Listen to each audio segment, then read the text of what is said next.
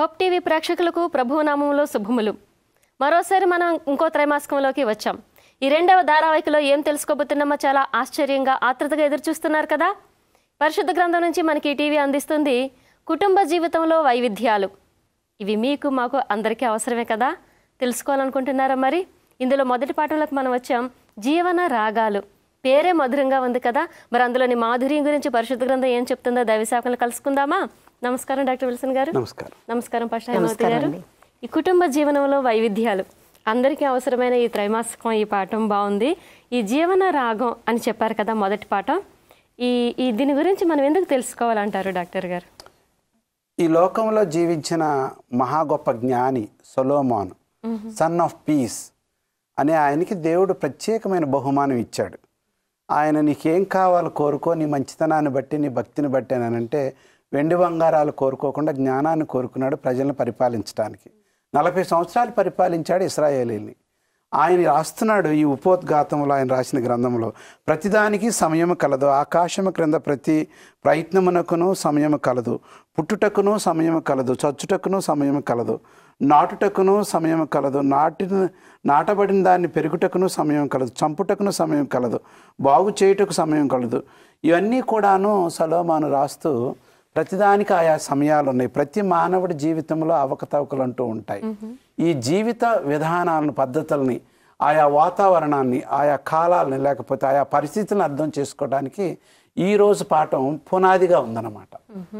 Basics అంటే ప్రతి ఒక్కరికి అవసరమే, వారు ఏ ప్రాంతం వారైనా, ఎట్లాంటి మనిషి అయినా సరే జీవితంలో రకరకాలుగా ఉంటుంది కాబట్టి అర్థం చేసుకోవటం ముఖ్యం. బాగుందండి. మరి జీవన రాగం ఈ పాఠానికి సంబంధించి పరిశుద్ధ గ్రంథంలో ఏ వాక్యం మాకు వినిపించబోతున్నారు? తప్పకుండా అండి. ప్రసంగి 3వ అధ్యాయం 1వ వచనము.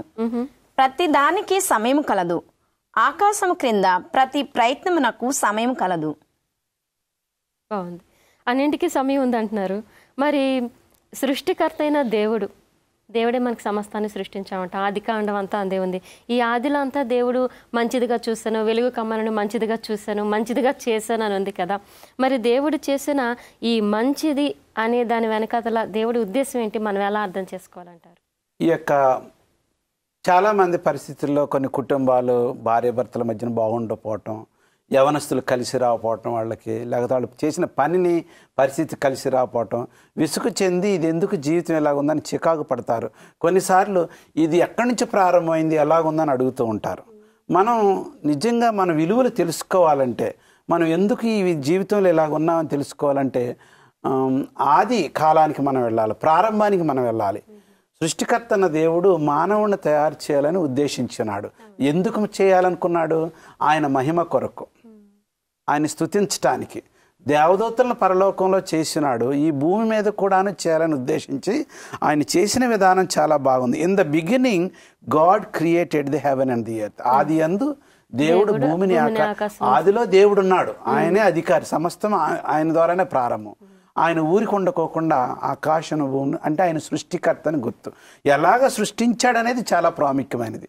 భూమి నిరాకారముగాను శూన్యముగా ఉన్నప్పుడు దానికి రూపం దాల్చాడు, దానికి ఒక పర్పస్ ఇచ్చాడు, గురి అంటూ ఇచ్చాడు. ఇది కారణం అని ఇచ్చాడు. ఇది యోగ్యతగా చేయటమే కాకోకుండా అది ప్రయోజకరంగా ఇంకా గొప్పగా పెరగటానికి దేవుడు దాన్ని దీవించి ఆశీర్వదించాడు, క్రమపరిచాడు, పద్ధతిగా నడిపించినాడు.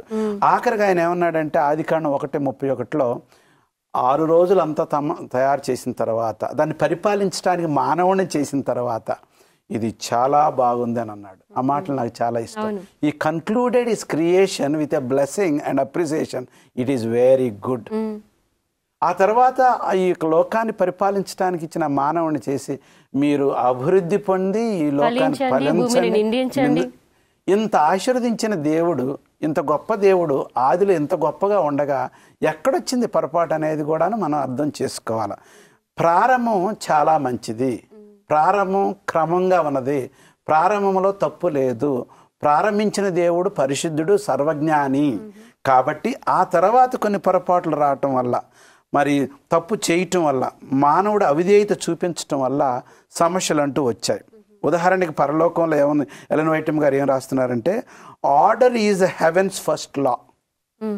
అంటే క్రమంగా నడవటం అనేది దేవుడు పెట్టిన పద్ధతి నడవటం అనేది మొట్టమొదటి చట్టం, పరలోకపు చట్టం. అది ఈ విధంగా చెప్పినప్పుడు ఆ క్రమం తప్పాడు ఆదాము అవ్వ. వాళ్ళు సంపాదించుకున్నారు పాపం. అయినప్పటికీ దేవుడు దీవించి ఆదికాండం 8వ అధ్యాయం 22వ వచనంలో దేవుడు కాలాలు కూడా ఏర్పాటు చేశాడు. అంటే వర్షం అంతా అయిపోయిన తర్వాత ఏమండి ఈ రకరకాలైన పరిస్థితులు వచ్చిన జలప్రళయం అయిపోయిన తర్వాత దేవుడు కాలాలను ఏర్పాటు చేశాడు. పంటకాలం, కోతకాలం, వసంతకాలం, ఏమండి ఈ గ్రీష్మ ఋతువు, ఇదంతా కూడా ఏర్పాటు చేసి దేవుడు అవి క్రమంగా నడుస్తూనే ఉన్నాయి. ప్రతిరోజు తప్పకుండా సూర్యుడు ఉదయిస్తాడు. ఏమండి ఏమన్నావన్నాడు, సూర్యుడు ఉదయిస్తాడు. దేవుడు పెట్టిన క్రమం ఇప్పుడు కూడా మనం చూడగలుగుతున్నాం. కానీ ఒక్కళ్ళు తప్పారు క్రమం. ఎవరు? మానవుడు. ఆ మానవుడు కోసము ఎన్ని ఇబ్బందులు పడతాడు, ఏ విధంగా ఎదుర్కోవాలనేది మనం దేవుని దగ్గర నుంచి నేర్చుకోవాలా. ఇది దేవుడి జీవితంలో ఇచ్చింది ఎదురు. బాగుంది. అయితే మీరు చెప్పినట్టుగా మానవుడు క్రమం తప్పిపోయాడు. ప్రస్తుత జీవిత విధానంలో అయితే చాలా అవకతవకలు ఎదుర్కొంటున్న పరిస్థితులు ఉన్నాయి.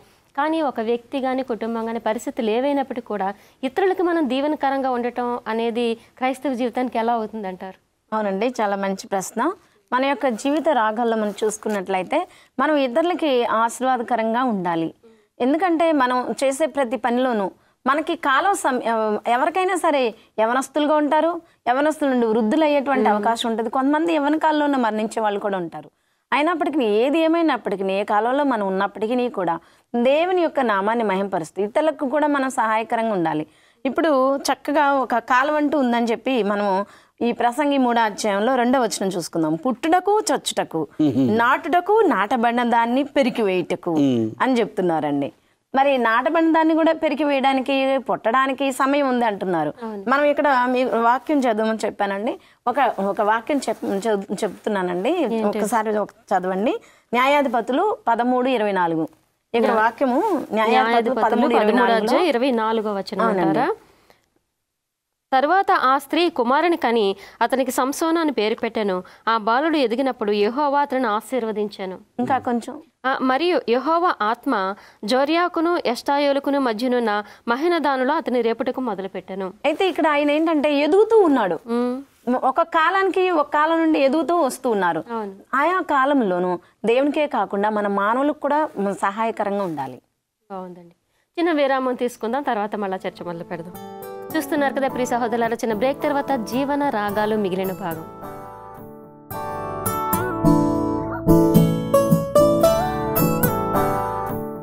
మన 2వ ధారావాహికలో మొదటి పాఠంలోనే ఉన్నాం కదా. ఈ ప్రారంభ పాఠం మనకి ఏం చెప్తుందో ఇంకొంచెం తెలుసుకుందాం.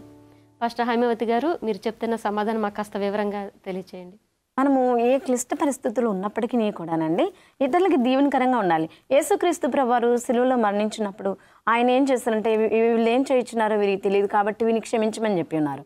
అలాగే స్టెఫెన్ మనం చూసుకున్నట్లయితే ఆయన క్లిష్ట పరిస్థితి వచ్చింది. అందరూ ఆళ్ళతో కొట్టే సమయంలో కూడా తండ్రి వాళ్ళు ఏం చేస్తున్నారో ఇంకా అలాంటి ప్రార్థన చేశారండి.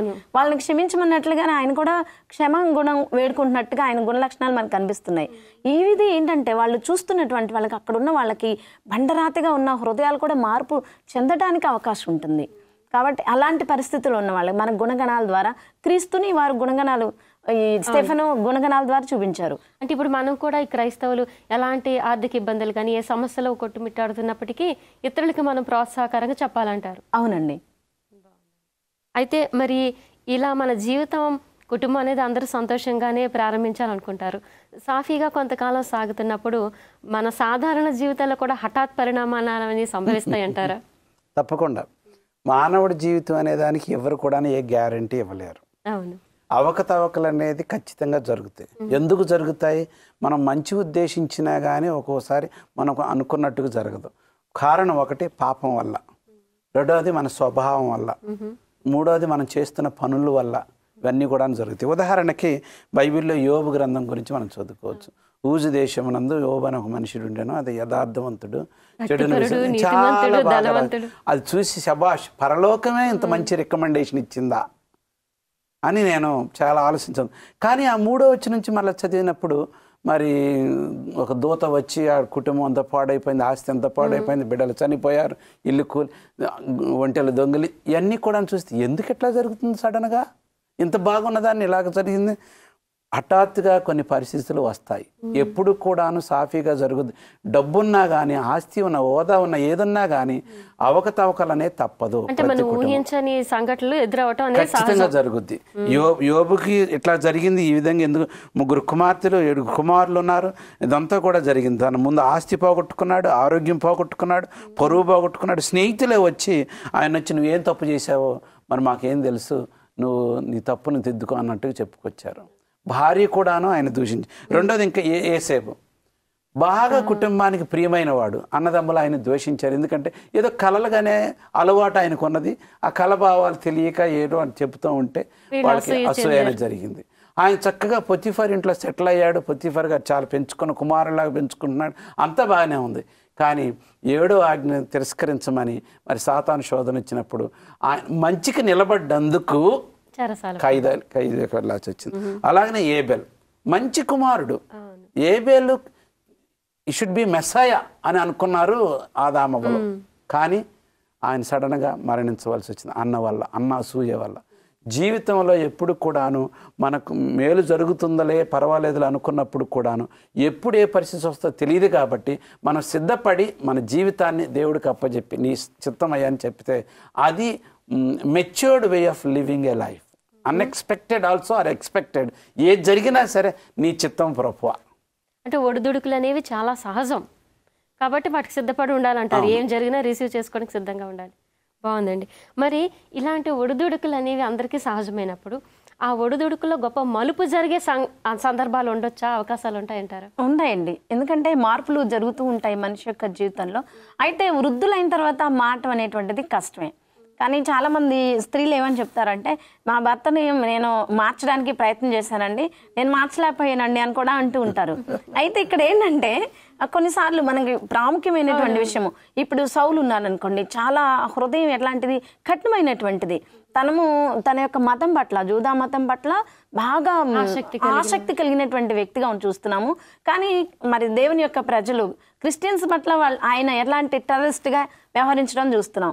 కానీ దేవుడు ఆయనకి ఆ యొక్క దమస్కు పట్టణంలో ఆయన దర్శించడం వల్ల ఆయన హృదయం మార్పు చెందింది, ఆయన జీవితం మారింది. ఎంత తగ్గించుకునేవాడిగా వచ్చాడు. మరి ఈ సౌలని ఆయన పౌలుగా మారటం జరుగుతుందండి. కాబట్టి మార్పు అనేటువంటిది మనిషికి మన జీవితంలో జరుగుతూ ఉంటుంది. అవకతవకలో కొంతమంది ఒడిదుడుకులు ఈ అంటే ఒక్కోసారి మంచి వస్తుంది, ఒకసారి ఈ విధంగా. అదే ఇది పాపం ఉన్నంత వరకు తప్పదు. నెంబర్ 1. నెంబర్ 2, ఓపెన్ మైండ్తో ఉండటం అనేది చాలా మంచిది.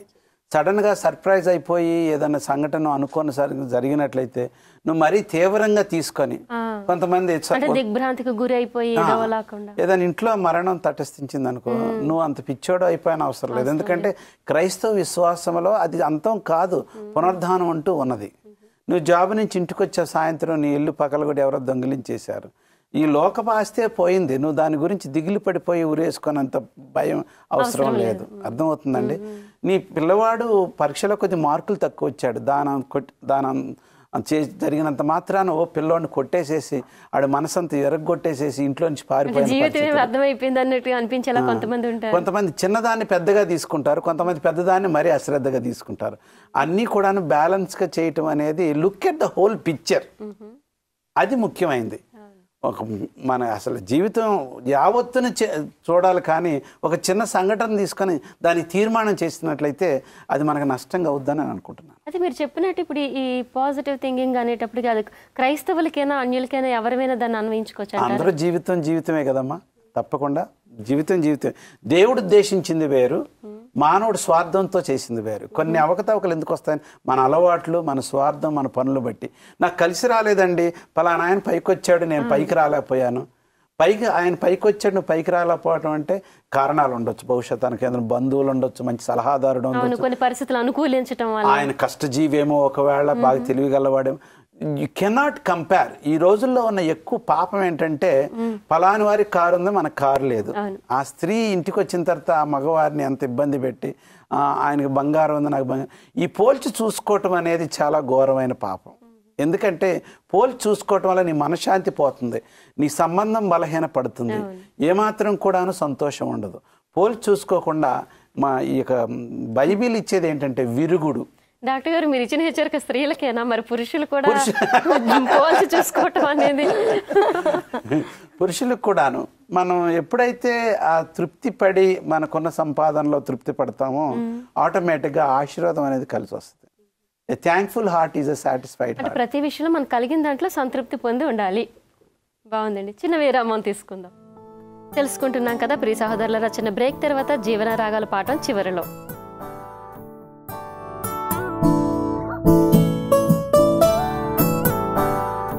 దాని అర్థం ఏంటో తెలుసుకుంటున్నాం కదా, మళ్ళా నేర్చుకుందాం. డాక్టర్ గారు, మరి దేవుడేమో మనకి ఆదికాండం 2వ అధ్యాయంలో చూస్తే నరుడు ఒంటరిగా ఉండటం మంచిది కాదని కుటుంబాన్ని ఇచ్చాడంటారు.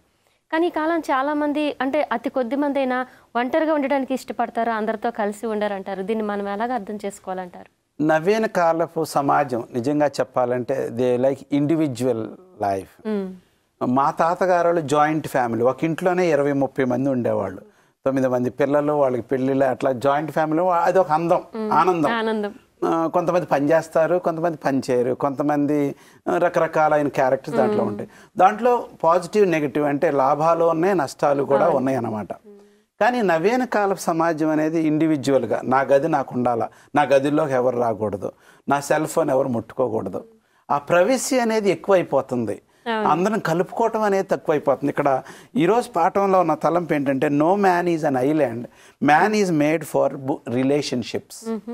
మానవుడు సంఘజీవి అని ఎప్పుడో చెప్పారు తత్వవేత్తలు, ఇందులోంచి గ్రహించి. ఎవరు కూడాను ఒక దీవిలో రాబిన్సన్ క్రుసే అనే ఆయన ఎక్కడికో ప్రయాణం చేస్తూ ఉండగా గాలి తుఫాన్లో వాడ పగిలిపోయి ఆయన ఎక్కడ ఒక దీవిలో, ఆ దీవి ఎక్కడుందో ఎవరికి అది ఏమీ తెలియదు, ఏ మనిషి అక్కడ లేడు, ఆ దీవిలో ఒక్కడే ఇల్లు కట్టుకోవటం, ఆయనే మరి వేట ఆడటం, ఎంతో విచిత్రంగా. ఆయన తర్వాత ఆయన రక్షించబడిన తర్వాత ఆయన అంటే ఎవరో తెలుసుకొని పుస్తకం రాశాడు ఏ విధంగా లోన్లీ అంత కష్టపడాడు.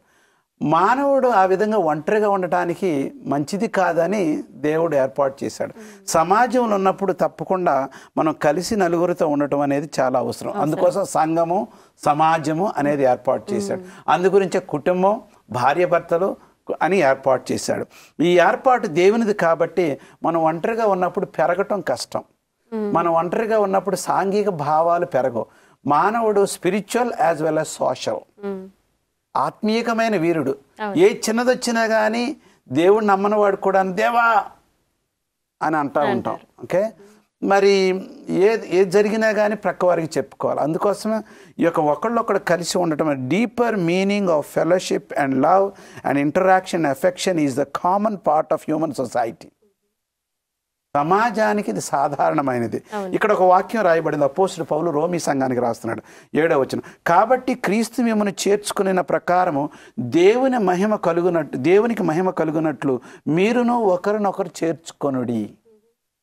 అంటే ఏంటి? ఇది బైబిల్ యొక్క పద్ధతి. మనం నలుగురిని చేర్చుకోవాలి. Love your neighbour as thyself, నీ పొరుగు వారిని నిన్ను వలె ప్రేమించు. సో ఒంటరిగా ఉండటం అనేది దేవుడు ఇష్టపడడు. నలుగురితో కలిసిపోవాలి, నలుగురితో జీవించాలని దేవుని యొక్క ఉద్దేశం.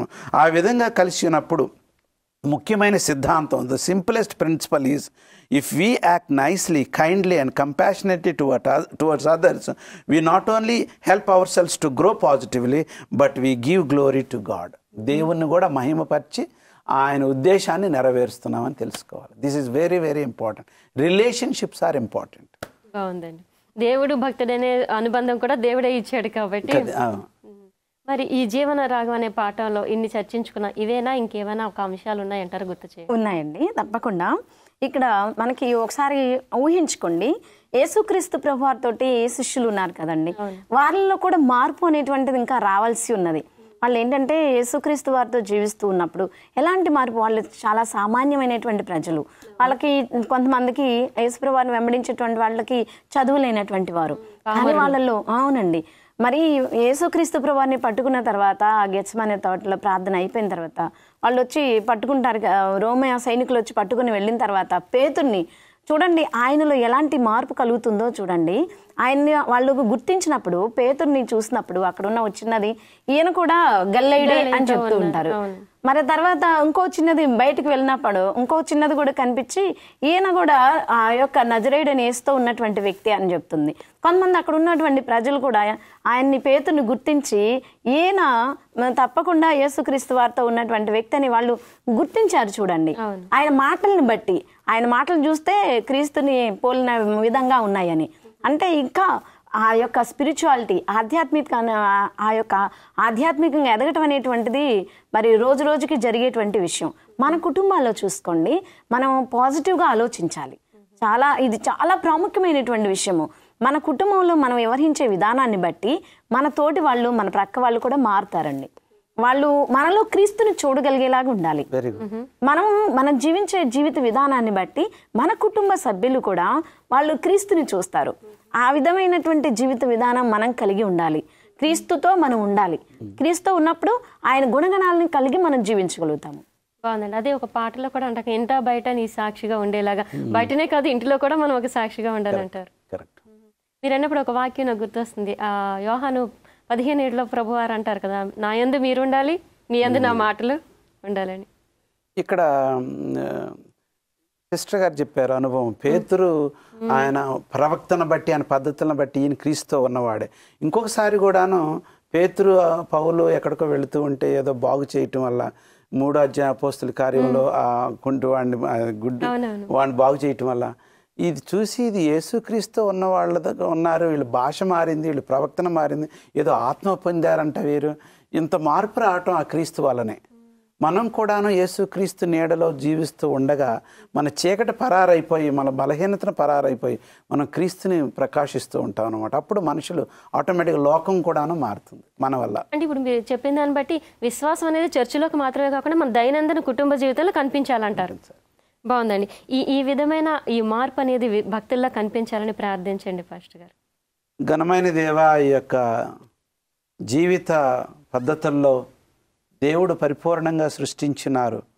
మేము తప్పకుండా అందరితో కలుపుకొని యేసుక్రీస్తుని పోలి జీవించి ఈ యొక్క జీవిత ఈతలో మేము అందరం గెలిచి, కష్టాలైనప్పటికీ ఆశీర్వాదాలు వచ్చినప్పటికీ మేము నీ యందు ఉండుట్లో మాకు సహాయం చేయమని, నీ కృపలో మమ్మల్ని భద్రపరిచి ఈ కార్యక్రమాన్ని దీవించి ప్రేక్షకులు ఒక్కొక్కరిపై నీ కృప చూపించమని క్రీస్తు పేట ప్రార్థన చేసుకుంటున్నాం తండ్రి. బాగుందండి. మంచి జీవన రాగం చక్కగా రాగయుక్తంగా ఉన్నట్టు మాకు చాలా చక్కగా చెప్పారు. ధన్యవాదాలు. తెలుసుకున్నాం కదా ప్రియ సహోదరులారా, కుటుంబ జీవితం జీవన మాధుర్యం కోసం దేవుడిచ్చాడు. దాన్ని మనం అందులోనే నడుపుకోవాలి అంటే దాని మీద మన నిర్ణయాలు ఆధారపడతాయి. మరి ఆ నిర్ణయాలు ఎలా ఉండాలో తెలియాలంటే 2వ పాఠం వరకు ఎదురు చూడాలి. అంతవరకు ప్రభునామంలో మీకు సమాధానం కలుగును గాక.